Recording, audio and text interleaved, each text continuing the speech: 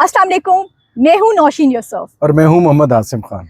आसिम, आपको मालूम है जो स्ट्रेट ऑफ हॉर्मुज़ बंद है ईरान अमेरिका जंग की वजह से, कुछ तो पहले ईरान ने बंद की, फिर अमेरिका ने उसका नेवल ब्लॉकेट भी कर दिया। अब दुनिया में हम सब बात करें कि एनर्जी क्राइसिस आ रहा है, ऑयल की प्राइसेस ऊपर जा रही हैं, लेकिन एक और बहरान जो सामने आया है वो है खाद का।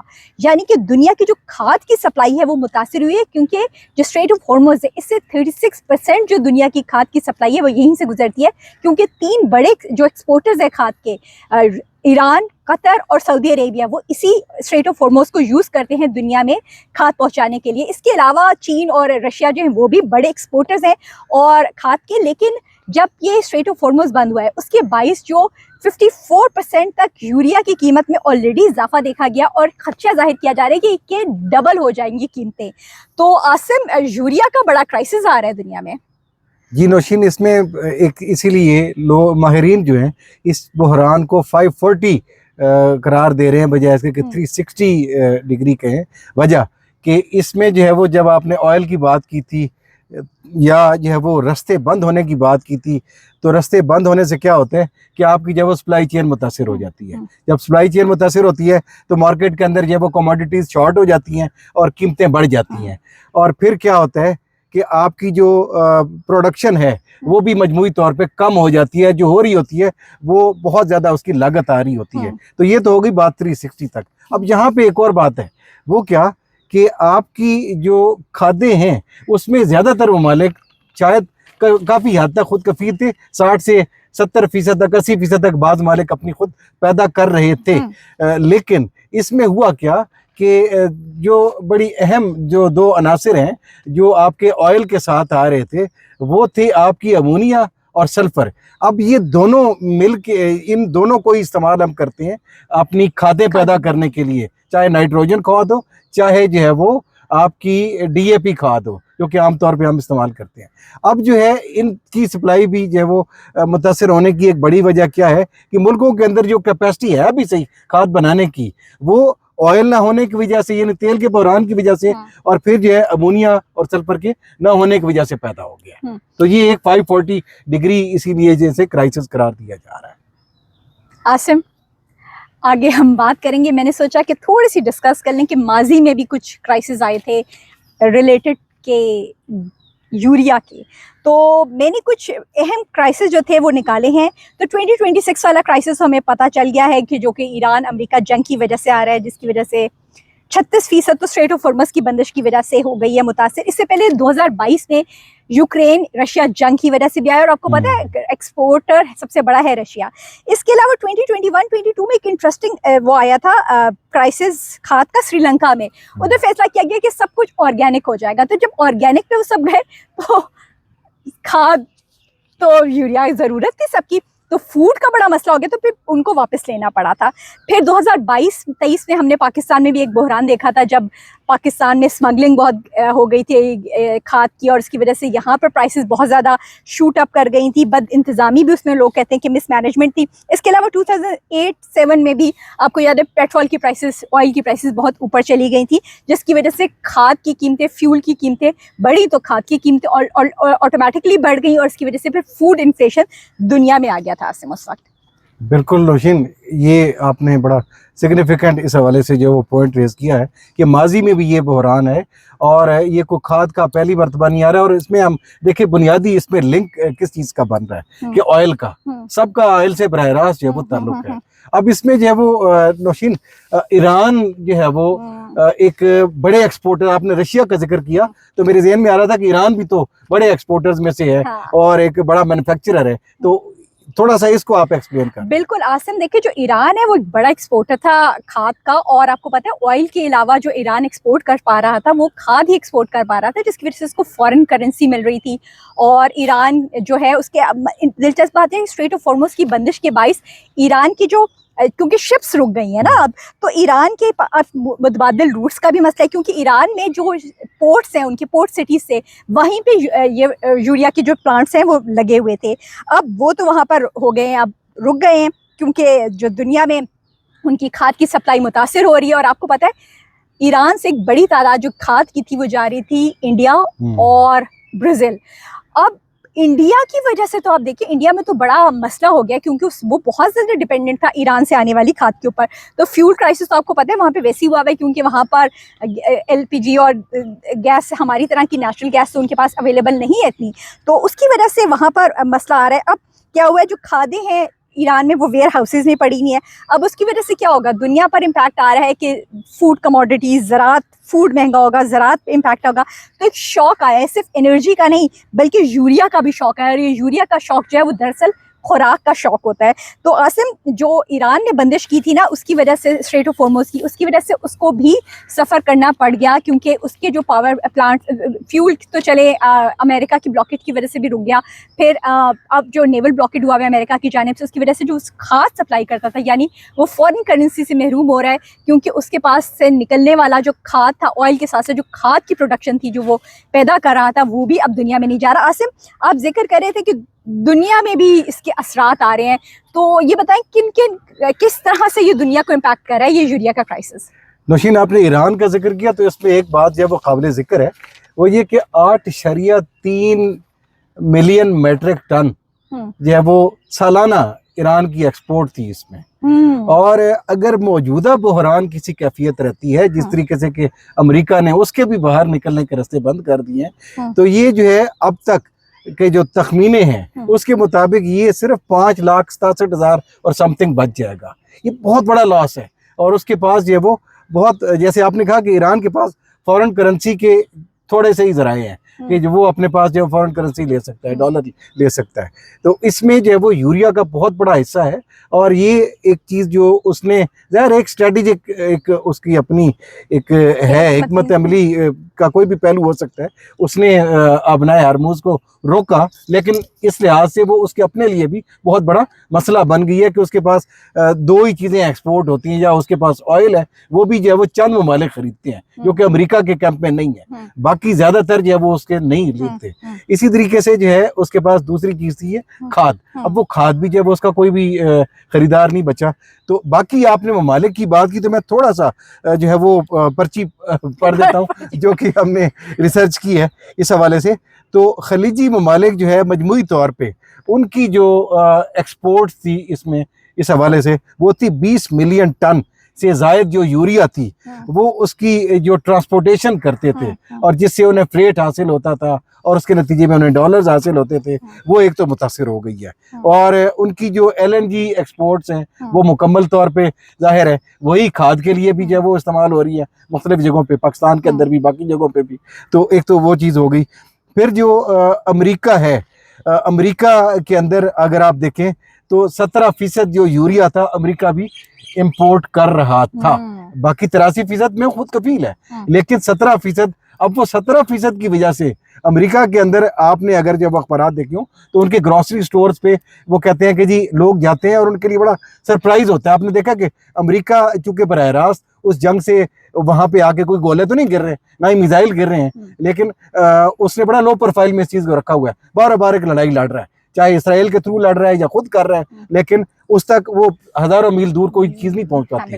तो लिहाजा जब वो उसके अवाम के लिए उसने ये चीजें छुपा के रखी हुई हैं। अब वो कह रहा है लोग ग्रोसरी स्टोर में जाते हैं तो सरप्राइज होता है उनके लिए कि उनके जो फूड आइटम्स हैं, ग्रोसरी के बाकी आइटम्स हैं, एकदम से उनकी कीमतें बढ़ी होती हैं और लोगों के लिए एक जो है वो शॉकिंग जो वो एलिमेंट होता है। फिर वहां पे फ्यूल की जो प्राइस है वो भी आपको पता है बड़ी है।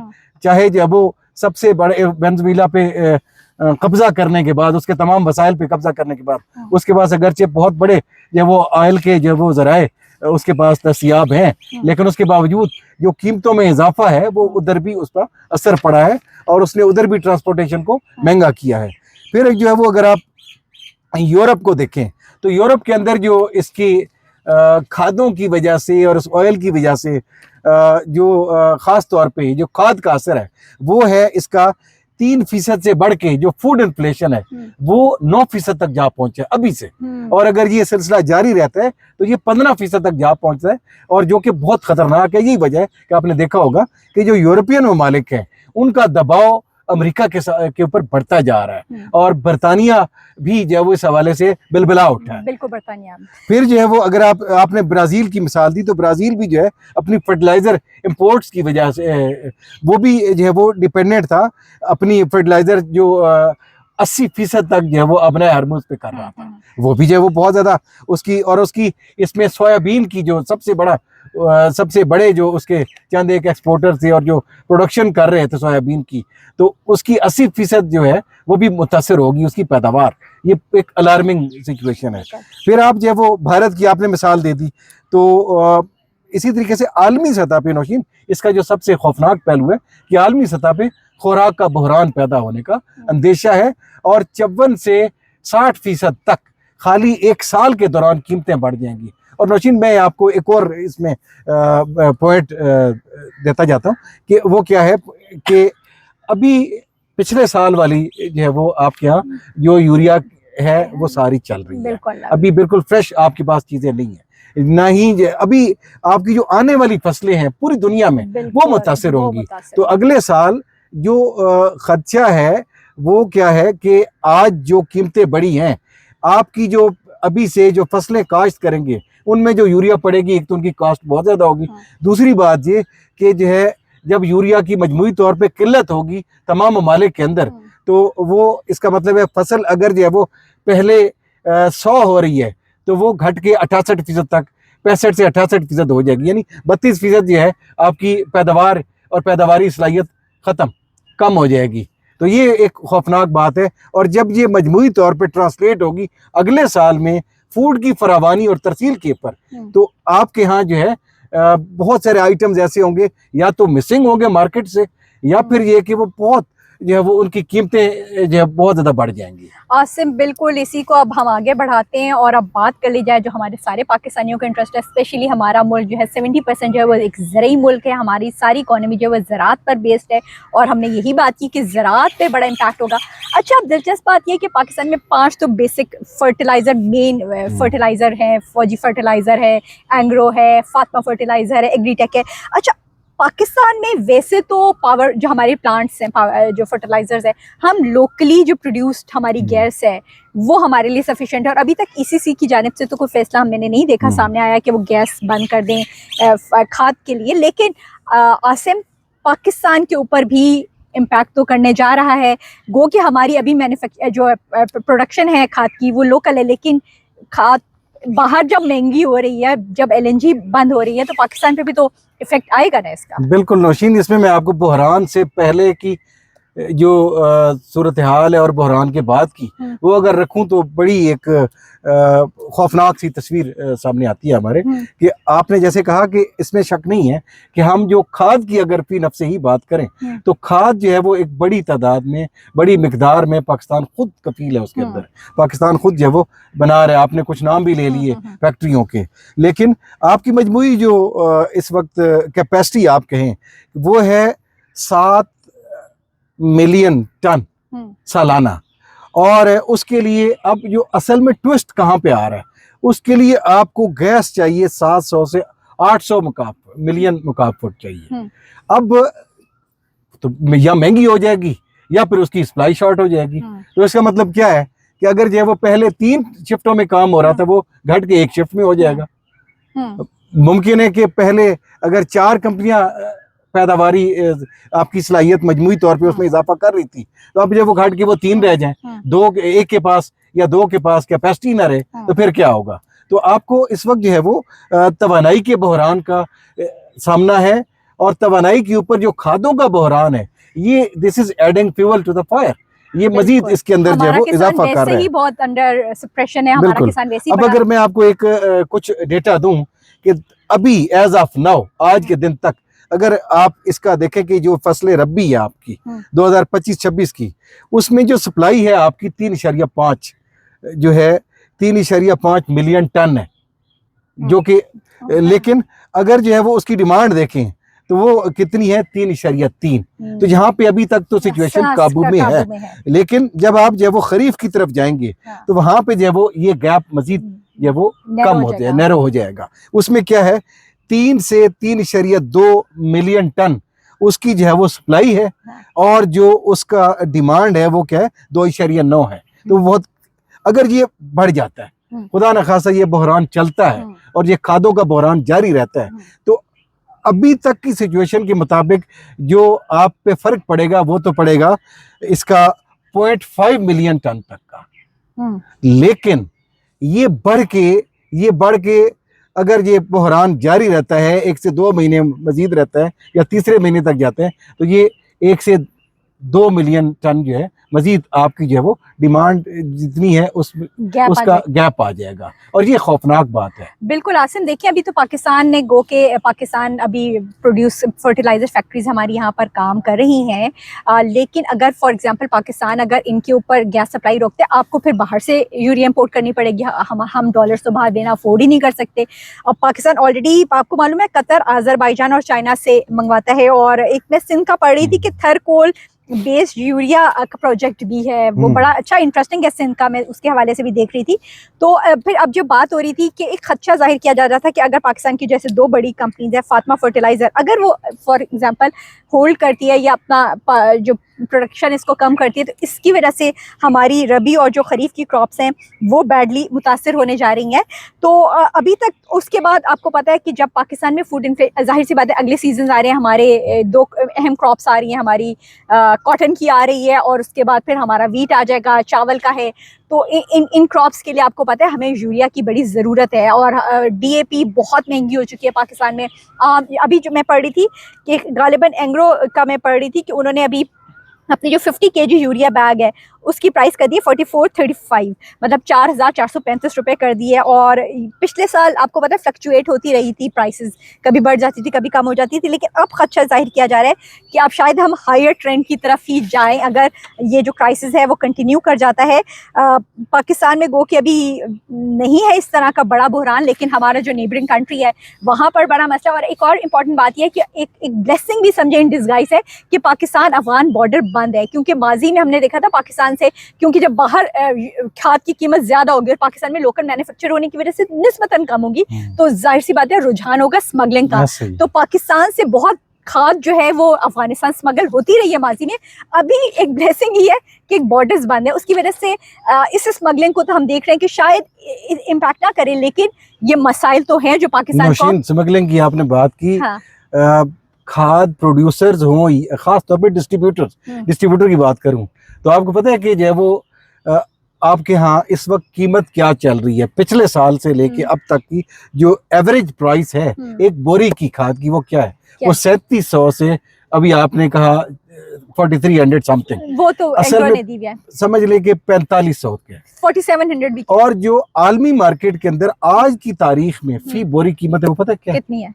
14,000 रुपए। बिल्कुल एग्जैक्टली अच्छा, यही बात अब ये इतना बड़ा गैप है, ये ह्यूज गैप है, ये सिर्फ ब्लेसिंग और है। ये जो है वो अभी तक तो ब्लेसिंग है। हाँ। लेकिन अगर आपको अपनी जरूरियात पूरी करने के लिए, जैसे आप क्या, तो आपको पता है कि कार्टल्स भी बने हुए हैं आपके यहाँ, जब आपके यहाँ जरा सी एक चीज होती है को बहरान पैदा होने लगता है, एक तो जखीरांदोजी हो जाती है। हाँ। उसके बाद एक और काम होता है क्या? जो हुकूमत के अंदर ताकतवर हल्के हैं वो क्या करते हैं प्रॉफिट लेने के लिए? हाँ। वो कहते हैं जी कि एक्सपोर्ट खोल दो या बाहर से चीज मंगाओ। हाँ। बाहर से उन्हें किसी, अब क्या है, अभी जब ये बहरान थोड़ा सा बैठने लगेगा तो इनके ज़ाहिर लिंक्स होते हैं, तो कहीं पे क्या करेंगे, ये किसी के पास जो है वो खाद बहुत ज्यादा ऑफर पड़ी है, हाँ। वो इन्हें हाफ रेट पे ऑफर कर देगा, हाँ। लेकिन हमें दिखाया जाएगा 14,000 वाली खाद है, हाँ, तो अपने प्रॉफिट के लिए यहाँ पे होगा। और दूसरा एक दिलचस्प जो फैक्ट मैं देख रहा था कि हमारे यहाँ डिस्ट्रीब्यूटर लेवल पे, मैंने कहा जो असल में सारा वो रोला डाला जाता है ना इस चीज का, और वो प्रॉफिट वहां पे बनता है डिस्ट्रीब्यूशन वालों को। वो कैसे कि यहाँ पे तो उन्होंने खाद खरीद ली सरकारी रेट के मुताबिक, जाहिर है मजबूरी है, सरकार का डंडा है, स्मगलिंग होती है। तो स्मगलिंग में क्या होता है, अभी आपने स्मगलिंग की बात की थी, मैंने कहा चला, तो 8 मिलियन रुपीस फी ट्रक, यानी 80 लाख एक ट्रक के ऊपर मुनाफा है स्मगलर्स को। तो वो इसीलिए कहते हैं कि अफगानिस्तान का बॉर्डर खोलो। यस। और मैं बताऊं, हाँ। बंद भी हो तो आपको ये लीकेजेस बंद करनी होगी, अभी तक भी लीकेजेस जारी हैं। आलमी इदारे जो पाकिस्तान की अक्सर वो कहते हैं ना रीस्ट्रक्चरिंग करें आप, तो रीस्ट्रक्चरिंग करें और उसके बाद ट्रांसपेरेंसी लाएं, वो इसी चीज पे कहते हैं, क्योंकि बात ताकतवर हल्के भी इसके अंदर मुलविस होते हैं ना। आपके मुख्तलिफ बॉर्डरों के ऊपर जो स्मगलिंग हो रही होती है उसमें जो है वो आपके वो लोग जो हुकूमतों का हिस्सा होते हैं वो खुद ये चीज करवा रहे होते हैं। तो पाकिस्तान को इस वक्त जो है बहुत बड़े रिफॉर्म्स की भी जरूरत है, स्ट्रक्चरल रिफॉर्म्स की। बिल्कुल आसिम, ये था आज का हमारा शो। मुझे उम्मीद है कि हमारे व्यूअर्स को पसंद आएगा, क्योंकि स्पेशली जो हमारे किसान भाई हैं, जो हमारे ज़राअत से के शोबे से वाबस्ता लोग हैं, उनको ये पसंद आएगा। और इम्पॉर्टेंट बात यह है कि आसिम, आपका अपना इलाका भी मियाँ वाली है और आपके कज़न्स भी हमसे कह भी रहे थे, आपसे भी कह रहे थे कि इस इशू को उठाया जाए। तो अभी तक की तो गुड न्यूज़ ये है कि पाकिस्तान में अभी खाद का इतना बड़ा कोई क्राइसिस नज़र नहीं आ रहा, लेकिन बाहर का इम्पैक्ट आएगा। खाद की प्राइसेस ऊपर जा सकती हैं। साथ में एक ब्लेसिंग इन डिस्गाइज ही है कि अफगान बॉर्डर बंद है, जिसकी वजह से पाकिस्तान स्मगलिंग नहीं हो रही। अदरवाइज पाकिस्तान से खाद बाहर स्मगल हो जाए तो फिर पाकिस्तान में कीमत जो है वो बढ़ सकती है। जबकि पाकिस्तान की हुकूमत जो है उसने अभी तक बंदिश नहीं की गैस की सप्लाई की, जो फर्टिलाइजर्स कंपनी को है, क्योंकि उसका भी फिर इम्पैक्ट आ जाएगा कि हम बाहर से फिर इम्पोर्ट करने की नज़रें हम बाहर भेजेंगे, बाहर देखेंगे तो हमारे जो डॉलर्स हैं वो बाहर चले जाएंगे। तो मजमूई तौर पर अभी तो क्राइसिस नहीं है, लेकिन हमारा जो पड़ोसी मुल्क भारत है वो काफ़ी खाद की वजह से मुतासर होने का उसका अंदेशा है। तो पाकिस्तान के लिए, और क्योंकि पूरी दुनिया ये लुक फॉरवर्ड कर रही है कि अब ये क्राइसिस किसी तरह टले, क्योंकि ना सिर्फ अब फ्यूल का बल्कि अब हमें नेक्स्ट क्राइसिस जो नज़र आ रहा है वो फूड इन्फ्लेशन का है। आसिम, आज का टॉपिक मुझे उम्मीद है कि हमारे व्यूअर्स को पसंद आएगा, क्योंकि आपके इंटरेस्ट का बड़ा ही टॉपिक था। तो हम आइंदा भी आसिम फिर मजीद इंटरेस्टिंग टॉपिक्स के साथ हाजिर होते इंटरेस्ट तो मेरा था और उन व्यूअर्स का था जो बार बार कह रहे थे हमें कि एग्रीकल्चर। आप एग्रीकल्चर पे करें, लेकिन मैं समझता हूँ कि आपने भी माशाल्लाह कमाल की तैयारी की इस हवाले मैं से आपको कह रही थी एग्रीकल्चर कि मेरा सब्जेक्ट नहीं है, लेकिन हाँ, बड़ी मेहनत करनी तो पड़ेगी मुझे पढ़ना आपको बहुत मेहनत करना भी पड़ी, हाँ, मुझे भी करना पड़ी, लेकिन आपको 10 गुना ज्यादा और करना पड़ी। बिल्कुल लेकिन अच्छी बात ये थी कि आपकी जो रिपोर्टिंग स्किल्स हैं यहाँ पे ये काम आ गए कि आप जो है वो बड़े बड़े रिपोर्ट्स पढ़ के तो आप अपने मतलब की खबर निकालने वाली जो एक आदत है, हाँ। तो आपने वो बहुत अच्छे तरीके से चीजें निकाल बिल्कुल ली। आसिम, तो फिर इसके साथ ही आज का हम शो ख़त्म करते हैं। और ये बता दें कि दुनिया में जो ईरान अमेरिका जंग है उसके असरात नज़र आ रहे हैं। एक तो ऑयल क्राइसिस अपरेंटली वाज़े तौर पे नज़र आ रहा है, ऑयल प्राइसेस ऊपर जा रही हैं, साथ में खाद का क्राइसिस भी दुनिया में आ रहा है और कुछ ममालिक जो है वो बहुत बुरी तरीके से इससे मुतासर होने जा रहे हैं। इसी के साथ नौशीन यूसुफ और मोहम्मद आसिम खान को इजाज़त दीजिए। आइंदा फिर आपके साथ